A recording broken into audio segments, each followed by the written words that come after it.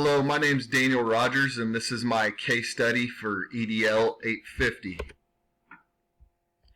Section 1, summarize the case. My name is Keith Sample, and I'm the principal at St. Regis School. The school is located in a rural area and has 420 students who are in grades kinder through 8th grade.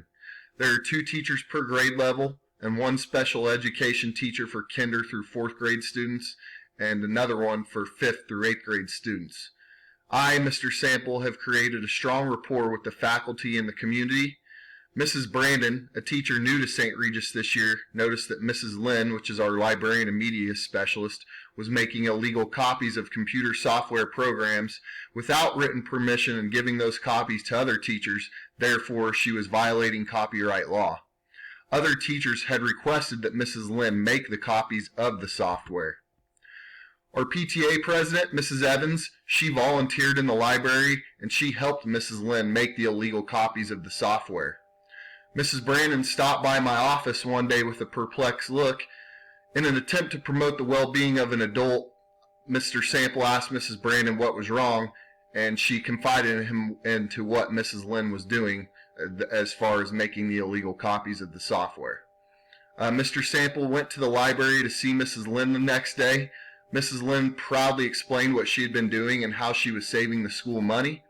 Mr. Sample explained to Mrs. Lynn that what she was doing was a violation of copyright law and that she must collect all of the copies and refrain from making any more. As far as the legal issues, the biggest issue with this whole case is copyright law. Only 1 copy can be made for a backup, and when you consider the 4 qualifications of fair use would not be an exemption in this case. As far as ethical issues, there are several of them. Mrs. Brandon reporting to Mr. Sample could cause friction amongst staff, especially with Mrs. Lynn, and we need to remember Mrs. Brandon is a first-year teacher at St. Regis School, while Mrs. Lynn has been there, a veteran teacher at the school. Mrs. Lynn breaking the law and not taking it seriously. Mrs. Lynn having the PTA president, Mrs. Evans, make copies could potentially lead to her being in legal trouble as well. Mr. Sample deciding how to handle the situation while ensuring laws, policies, and procedures, and trying to maintain a positive rapport with staff that promotes student and adult success and well-being.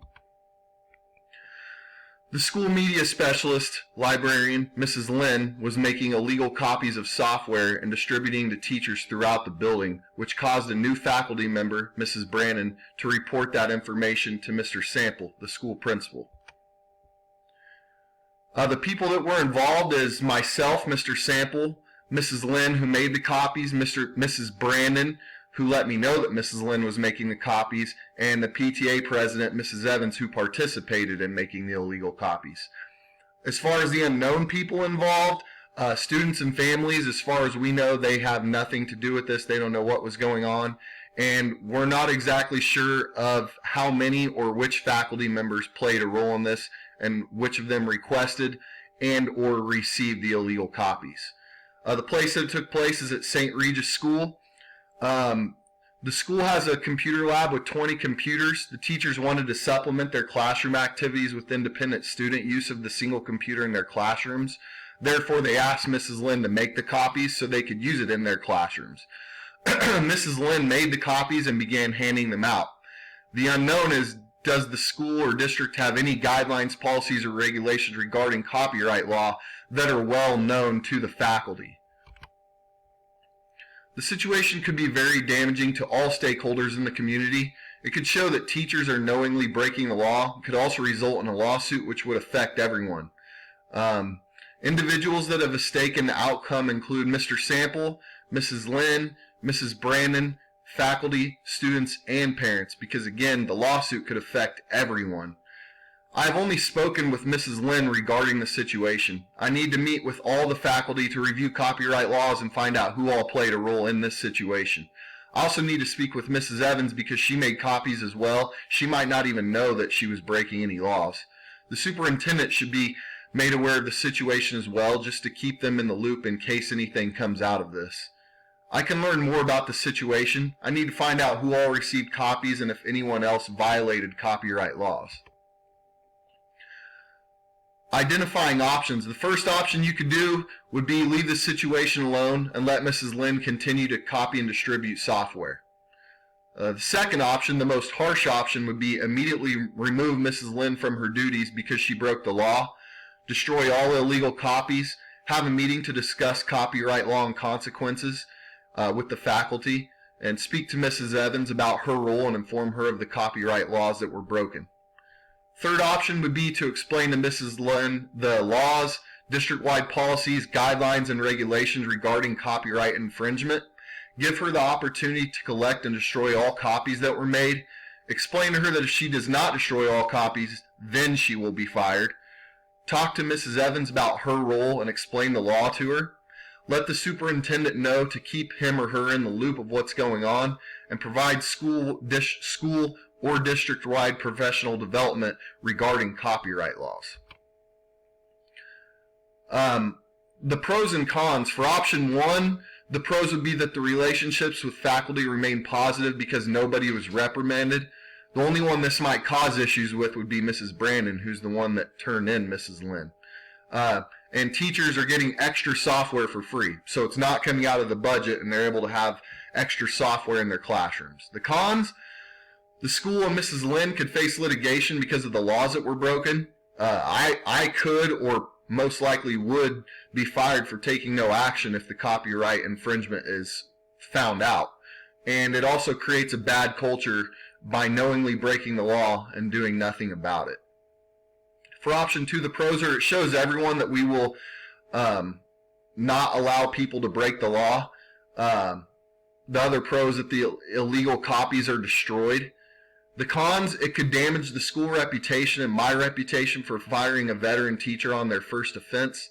Faculty members may lose respect for me because of how I handled the situation so harshly, which can create a bad culture. And thirdly, the school loses a veteran teacher, and we know how important those teachers are to schools. Option three, the pros are nobody has to lose their job. Rapport remains good with all faculty because Mrs. Lynn was given the opportunity to fix her mistake. The entire faculty will become well informed on copyright laws, policies, and guidelines through the professional development. And Mrs. Evans will be knowledgeable about copyright law, and if ever needed, she could pass her knowledge down onto the rest of the PTA members. The cons, still a slight risk because the law was broken, and there still is a chance for a lawsuit to happen even after the copies are destroyed. And another con is that there will be no more independent center activities in the classroom. After analyzing the options, the best way to handle the situation is option number three.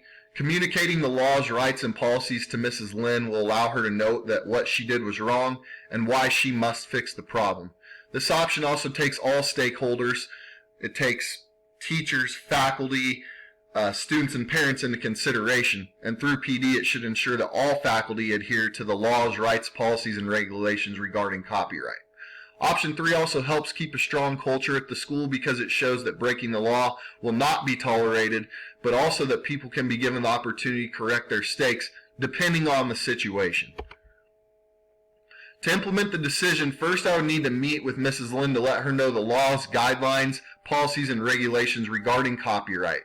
She shall be warned that if she does not collect all illegal copies and hand them to me to be destroyed, she will be fired. Then I need to speak with Mrs. Evans, informing her of what happened and how the situation has been handled. Next, I need to meet with the superintendent to explain what happened and the plan that we have moving forward. Following that would be a meeting with the faculty to quickly review copyright laws, policies, and guidelines. In that meeting, I would announce that we're going to have professional development, which is going to cover all that information more thoroughly. Then we would post the laws, policies, and guidelines throughout and around the school so there would be no gray areas regarding copyright infringement. We would continue to stress the importance of following all laws and having a strong school culture which promotes student and adult success and well-being. Thank you for watching my EDL 850 case study.